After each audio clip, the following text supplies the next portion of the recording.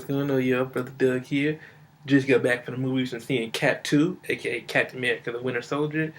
Now, as indicated at the beginning of the video, this is a spoiler-filled video because, I just can't hold my tongue any much longer. So, without further ado. Alright, so it was definitely better than the first movie. The first movie, it definitely dived deep into Cap's backstory and whatnot. But, Captain America, he's just like a stiff superhero. He's by the book like a Boy Scout, and it's a good thing that he's representing America. But Americans are the party, and we're not so uptight. But this movie definitely suits his character a little bit. I want to talk about the cast before I get into all the little Easter eggs and the cameos and whatnot. Scarlett Johansson, she looks sexy, and she did an awesome job at playing Black Widow as always, and she's just a phenomenal actress. Congrats to her on her pregnancy and her marriage and whatnot. Sam Jackson, I know he wasn't going to die because, one, they got him listed for Age of Ultron.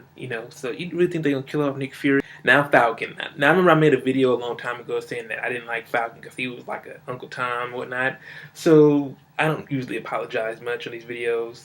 But I am sorry to all the Falcon fans out there who were offended.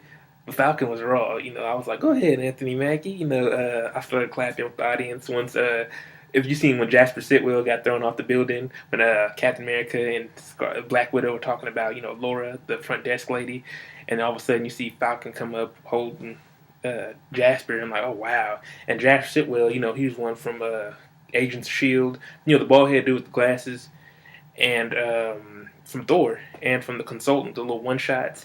He turns out to be a secret Hydra agent, as does Robert Redford's character, Alexander Pierce. Now, I knew he was a bad guy, just something about him read bad guy. When I saw the first trailer, I was like, yeah, something slick about that motherfucker. And of course, Maria Hill, aka Kobe Smulders. Now, like I always do on these reviews, my favorite part, it's the spoiler-filled video, my favorite part was when Scarlett Johansson shows up disguised as an old lady. Now, first when you see the scene, you're like, wait, that old lady kicking ass, man. When Robert Redford at the end about to tell them that he's about to take down all the threats before they actually happen.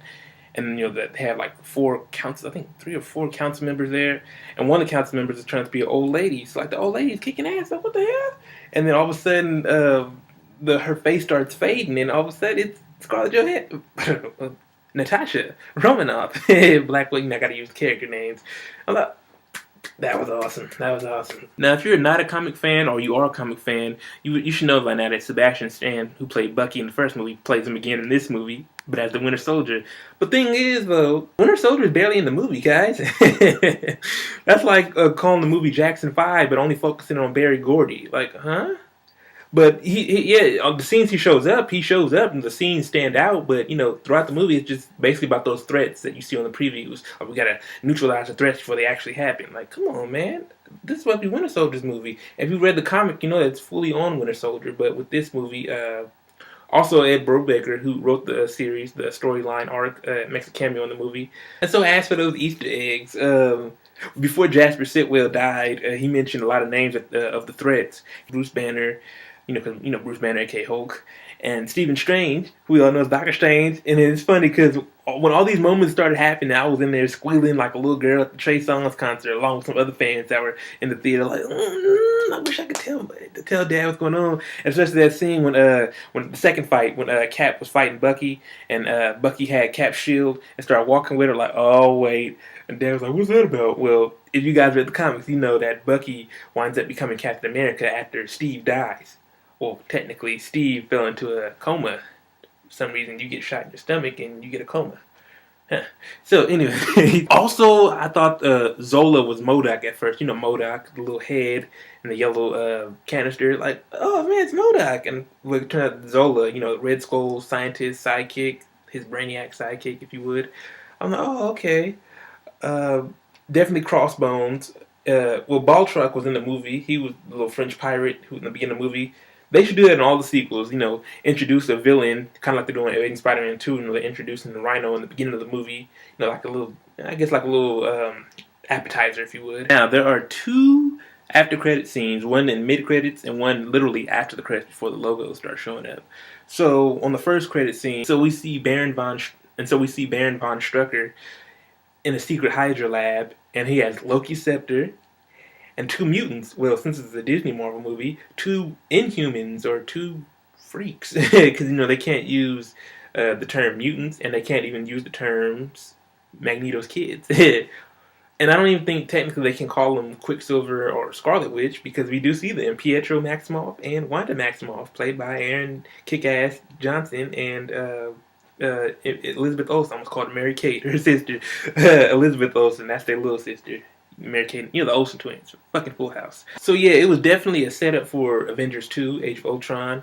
I've been seeing the little previews, little commercials saying better than the Avengers, and the Facebooks and the tweets. Yeah, I'm gonna say like I said on my Facebook. I don't know if it was better than the Avengers, but it was definitely behind it. So if I had to rate, the Marvel Cinematic Universe, Disney Marvel movies, it'd be Avengers, and then Iron Man, and then Captain America. Captain America 2. And that's just about it. So, unless they make Black Panther. So, if you saw Captain America, I want to talk to you all about it. What are the Easter eggs that I missed? What did you like about the movie? Do you find this movie better than the first movie?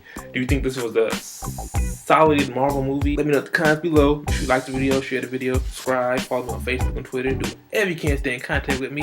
What are some of your favorite Captain America storylines? What other comic should I just be reading in general? Y'all know how to hit me up. Deuces.